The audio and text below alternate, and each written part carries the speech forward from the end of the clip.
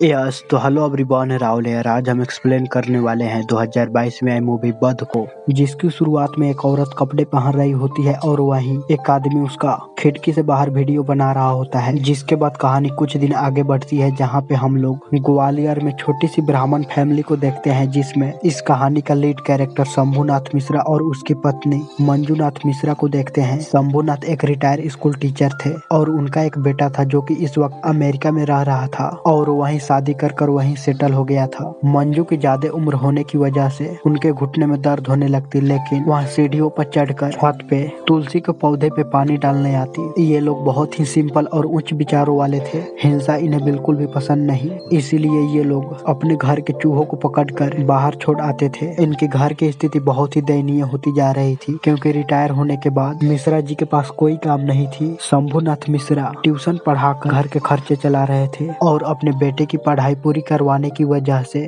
उन पे काफी कर्ज भी हो गया था, जिसे चुकाने के लिए उन्हें काफी ज्यादा पैसों की जरूरत थी। इसलिए मंजू शर्मा जी को अपने बेटे से रुपये मांगने के लिए कहती है। इसलिए अगले दिन दोनों रिक्शा लेकर शहर आते हैं अपने बेटे के पास कॉल लगाने के लिए, जहाँ पे दोनों अपने बेटे के पास वीडियो कॉल करते हैं, क्योंकि उनका बेटा पिछले 5 साल से घर पे नहीं आया था और उन्हें अपने बेटे को वीडियो कॉल पे देखकर इन्हें खुशी मिलती थी। लेकिन इनका बेटा अमेरिका जाकर पूरी तरह बदल चुका था। उसे अपनी माँ बाप की बातें बिल्कुल भी पसंद नहीं आती और वो कभी भी अपने माँ बाप से अच्छे से बात भी नहीं करता और उसकी पत्नी इन्हें बिल्कुल भी पसंद नहीं करती और इसी वजह से मिश्रा जी अपने बेटे से पैसे के बारे में बात नहीं करते। मिश्रा जी को लगता है कि मेरा बेटा जब अच्छे मूड में होगा तब हम उससे रुपए के बारे में बात करेंगे। इसीलिए उदास होकर घर चले आते हैं और मिश्रा जी बच्चों को ट्यूशन पढ़ाने लगते हैं। उनके ट्यूशन में एक नैना नाम की लड़की पढ़ने आती। उसकी उम्र 12 साल थी। मिश्रा जी और उनकी पत्नी दोनों उन्हें अपनी बेटी की तरह प्यार देते और वही नैना भी उन्हें काफी पसंद करती। मिश्रा जी अपनी पत्नी से काफी ज्यादा प्यार करते और उन्हें देखभाल भी किया करते, क्योंकि अब वो दोनों एक दूसरे के सहारा थे, क्योंकि उनका बेटा तो उनसे मिलने आता नहीं और पड़ोसी के लोग उनके भले होने के फायदा उठाते। अब अगले दिन मिश्रा जी बैंक आते हैं, क्योंकि उन्होंने अपने बेटे को अमेरिका भेजने के लिए लोन लिया था, जिसकी EMI वो आज तक भरते आते थे। अब शाम के वक्त मिश्रा जी के घर पे पांडे नाम का एक गुंडा आता है और मिश्रा जी अपने बेटे को पढ़ाने के लिए पांडे से भी रुपए उधार लिए थे। हालांकि शर्मा जी उसका ब्याज तो देते थे, लेकिन पांडे हर बार शर्मा जी के घर पे आ जाता। साथ ही वह अपने साथ एक लड़की को भी लेकर आता और वही दारू पीने लगता है। साथ ही वह अपने साथ मांस भी लेकर आया होता है और ये सब देखकर मंजू को काफी बुरा लगता है, लेकिन वह कुछ भी नहीं कर पाती और चुपचाप देखती रह जाती है। शराब पीने के बाद पांडे उस लड़की को लेकर मिश्रा जी के रूम में जाता है और वहीं पे सेक्स करने लगता है और मिश्रा जी के अंदर इतनी हिम्मत भी नहीं होती कि पांडे को जाकर वो बोल सके कि मेरे घर पर आया बंद कर। पांडे के जाने के बाद वे सब घर को सफाई करते हैं और रात के वक्त मंजू सोचती है कि हम सब इस मुसीबत में क्यों पड़ गए। तो अब यहाँ पे बात रिवील होती है कि मिश्रा जी ने अपने बेटे को अमेरिका भेजने के लिए 10 लाख रुपयों का लोन लिया था, लेकिन उसे अमेरिका भेजने के लिए 25 लाख रुपयों की जरूरत थी। और जब मिश्रा जी ने कहा कि बेटा हम और रुपयों का जुगाड़ नहीं कर सकते, तब उनका बेटा उन्हें ताने मारने लगा कि आप मेरे भविष्य के लिए कुछ नहीं कर सकते। तब मिश्रा जी को मजबूरी में पांडे से 15 लाख रुपयों का कर्ज लेना पड़ा और इन्हीं 15 लाख रुपयों की वजह से आज मिश्रा जी की जिंदगी बद से बदतर हो गई है और अमेरिका जाने के बाद उनके बेटे ने आज तक 1 रुपया भी नहीं भेजा। इधर हम लोग इंस्पेक्टर शक्ति को देखते हैं, जो पांडे के पास जाता है हफ्ता वसूली करने, क्योंकि पांडे जो भी गलत काम करता था उसके लिए वह पुलिस को हफ्ता देता था ताकि मुझे कोई प्रॉब्लम ना हो।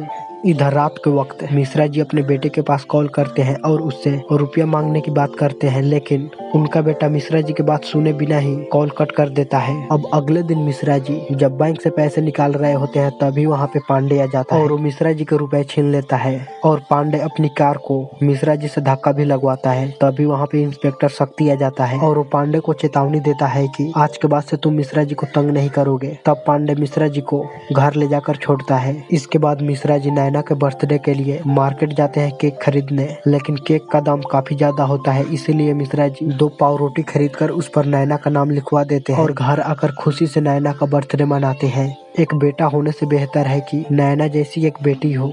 इसके बाद हम लोगों को मालूम पड़ता है कि पांडे बापजी नाम के बड़े गुंडे के अंदर में काम करता है और वो बोलता है कि पांडे तुम जल्दी से जल्दी मिश्रा जी से पैसा वसूली करो। इसीलिए पांडे एक प्रॉपर्टी डीलर को मिश्रा जी को घर दिखाने के लिए लेकर आता है। पांडे कहता है मिश्रा जी आप कब तक थोड़ी थोड़ी रुपए देते रहेंगे, आपके पास तो कुछ है नहीं, इसीलिए आप अपनी प्रॉपर्टी बेचकर एक ही बार में रुपए चुका दीजिए। लेकिन मिश्रा जी के पास इस घर के अलावा कुछ नहीं था। अगर मिश्रा जी ये घर बेच देंगे तो मिश्रा जी बेघर हो जाएंगे। तभी पांडे की नजर नैना पे पड़ती है और वो काम वासना की नजर से नैना को घूरने लगता है। इसलिए अगले दिन मिश्रा जी पांडे का कंप्लेन करने पुलिस स्टेशन आते हैं, जहाँ पे पहले ही पांडे इंस्पेक्टर शक्ति के साथ बैठा होता है।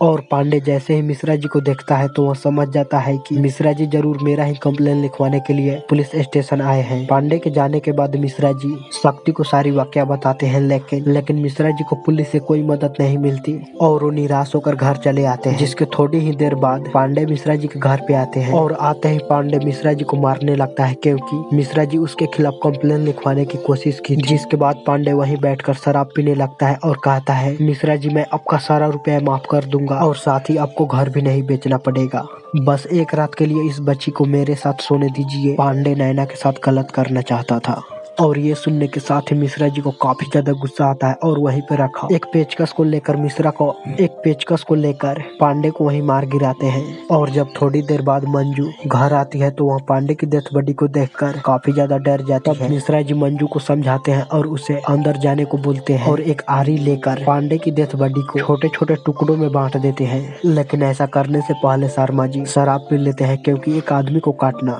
काफी ज्यादा मुश्किल होता है। पांडे की डेथ बॉडी को छोटे छोटे टुकड़े करने के बाद उसे एक बोरी में भरते हैं और उस बोरी को एक सुनसान जगह पे जला देते हैं और उसकी अस्थियों को लेकर एक चक्की मिल में जाते हैं, जहाँ पे उस चक्की चलाने वालों को बाहर भेजकर और उसी वक्त उस अस्थियों को चक्की में डालकर पीस देते हैं। लेकिन इसकी वजह से मंजू मिश्रा जी से बात नहीं कर रही होती है, क्योंकि उन्हें लगता है कि मिश्रा जी से कोई बड़ा पाप हो गया है। अब 2 दिनों के बाद पुलिस मिश्रा जी के घर पे पहुंचती है और शक्ति बताता है कि पांडे 2 दिन से गायब है और शक्ति कहता है कि आखिरी बार पांडे आपके घर पे ही देखा गया था।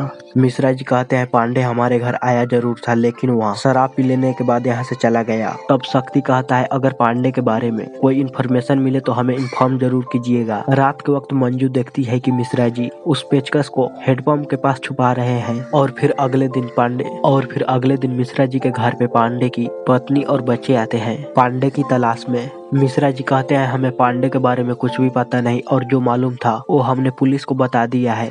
और ये बातें सुनकर मंजू रोने लगती है, क्योंकि उसे लगता है कि मिश्रा जी ने एक बच्ची से उसके पिता को जुदा कर दिया। अब मंजू के कहने पर मिश्रा जी अगले दिन पुलिस स्टेशन सब कुछ बताने के लिए आते हैं। उस वक्त पुलिस स्टेशन में इंस्पेक्टर शक्ति मौजूद नहीं होता, इसीलिए मिश्रा जी कांस्टेबल हरि को सारी बात बताते हैं। मिश्रा जी कहते हैं मैंने ही पांडे को मार डाला, मारने के बाद उसे छोटे छोटे टुकड़े किए और फिर जलाकर उसके अस्थियों को मेल में पीस डाला। अब ये सारी बातें सुनकर कांस्टेबल हरि हंसने लगता है और कहता है कि मिश्रा जी अब क्या ये बकवास कहानियां सुनाकर मुझे बोर कर रहे हैं जो हमेशा आप पढ़ते रहते हैं। हरि मिश्रा जी को घर जाने को बोलता है और घर पे आने के बाद मिश्रा जी परेशान होकर शराब पीने लगते हैं और तभी वहाँ पे मंजू आती है। तब मिश्रा जी उसे बताते हैं कि पांडे ने कहा था मिश्रा जी मैं आपका सारा रुपया माफ कर दूंगा, लेकिन इसके लिए नैना को एक रात के लिए मेरे पास भेजना होगा। और ये सारी बातें सुनकर मुझे गुस्सा आ गया और मैं पांडे का वही मर्डर नहीं वध किया। अभी ये सारी सच्चाई जानने के बाद मंजू को भी लगता है कि मिश्रा जी कोई पाप नहीं किए हैं और मंजू भी मिश्रा जी के साथ देने के लिए तैयार हो जाती है। इधर पुलिस स्टेशन में हरि इंस्पेक्टर शक्ति को बता रहा होता है कि मिश्रा जी पुलिस स्टेशन आए थे और वो कह रहे थे कि मैंने ही पांडे का मर्डर किया और ये सब मुझे मनगढ़ंत कहानी लगी, इसी वजह से मैंने मिश्रा जी को भगा दिया।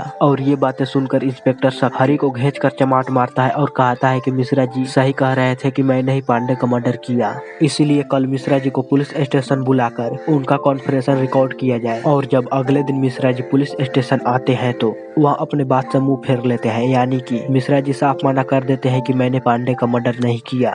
अब शक्ति के पास कोई भी एविडेंस नहीं था, इसलिए वो मिश्रा जी को जाने देता है। इसके बाद एक आदमी मिश्रा जी को बाप जी के पास लेकर जाता है, जहाँ पे बाप जी कहता है कि मैंने आपका घर को खरीद लिया है मिश्रा जी, इसलिए आप 2 दिनों के अंदर घर खाली कर वहाँ से निकल जाइए। मिश्रा जी को लगा था कि पांडे के मारने के बाद हमारी सारी परेशानियां दूर हो जाएगी, लेकिन मिश्रा जी को नहीं मालूम था कि पांडे बाप जी के लिए काम करता है। इधर मंजू को शक्ति कन्विंस करने की कोशिश करता है, आप मिश्रा जी को कॉन्फ्रेंस करने के लिए मना ले, लेकिन मंजू कहती है कि मिश्रा जी कोई गलत नहीं किया, उन्होंने जो किया वो ठीक ही किया और आप सब हमें परेशान न करें। अब घर आने के बाद मिश्रा जी मंजू को कहते हैं कि अब 2 दिनों के बाद हमें इस घर को खाली करना पड़ेगा। तब ये लोग फिर से अपने बेटे के पास कॉल लगाते हैं। इन्हें लगता है कि मेरे बेटा को अब तक एहसास हो गया होगा, और जब ये लोग कॉल पे बताते हैं कि हमारी हालत बहुत खराब है, तुम कुछ पैसे भेज दो, तब इनका बेटा साफ इनकार कर देता है रुपया देने से, क्योंकि उसे अपने शौक पूरे करने के लिए भी पैसे कम पड़ रहे थे वहाँ पे। उसे अपने माँ बाप की कोई चिंता फिक्र नहीं थी कि घर खाली करने के बाद मेरे माँ बाप कहाँ जाएंगे, और मेरे वजह से ही ये सारी परेशानियां झेल रहे हैं।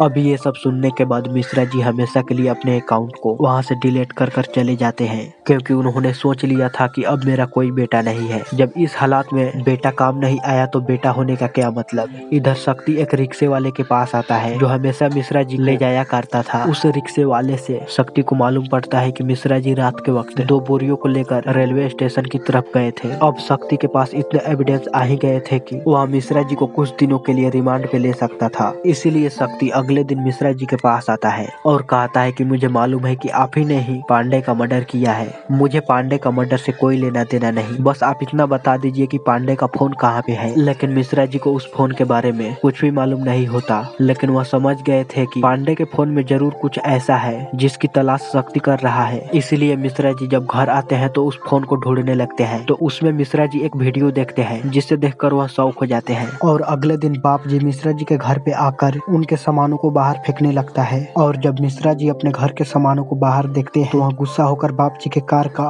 शीशे को तोड़ देते हैं, जिसकी वजह से बाप जी के लोग मिश्रा जी को बहुत ही बुरी तरीके से मारते हैं, जिससे मिश्रा जी हॉस्पिटल पहुंच जाते हैं, जहाँ पे शक्ति शर्मा जी से मिलने जाता है और शर्मा जी शक्ति को पांडे का फोन दिखाता है, और उस फोन में वीडियो था शक्ति और विधायक की पत्नी की, जिसमें शक्ति विधायक की पत्नी के साथ मजे कर रहा होता है, जिसे छुपकर पांडे ने रिकॉर्ड किया था। और हम लोगों ने मूवी के शुरुआत में जिस वीडियो को देखा था वो वीडियो यही था, और इस वीडियो की वजह से पांडे शक्ति को ब्लैकमेल भी किया था कि तुम मेरे धंधे में टांग मत अड़ाओ, नहीं तो ये वीडियो विधायक के पास भेज दूंगा। और इसी वजह से शक्ति ना चाहते हुए भी पांडे का साथ दे रहा था। अब हॉस्पिटल से जाते वक्त मंजू शक्ति को उस पेचकस के बारे में बता देती है। तब शक्ति शर्मा जी के घर पे जाकर उस पेचकस को बरामद करता है, और अगले दिन शक्ति बाप जी को पांडे के मर्डर में अरेस्ट कर लेता है, क्योंकि अब वो घर बाप जी का हो गया था। इसलिए शक्ति रिपोर्ट में लिखवाता है कि बाप जी के घर में मर्डर का हथियार मिला है जिसे पांडे का मर्डर हुआ था, और इस तरह से शर्मा जी इस मुसीबत से बाहर आते हैं। दरअसल शक्ति ऐसा इसलिए किया था क्योंकि वो वीडियो अभी भी शर्मा जी के पास थी, और अगर ये वीडियो वायरल हो जाती तो शक्ति की नौकरी भी चली जाती। यहाँ पे मिश्रा जी काफी प्लानिंग कर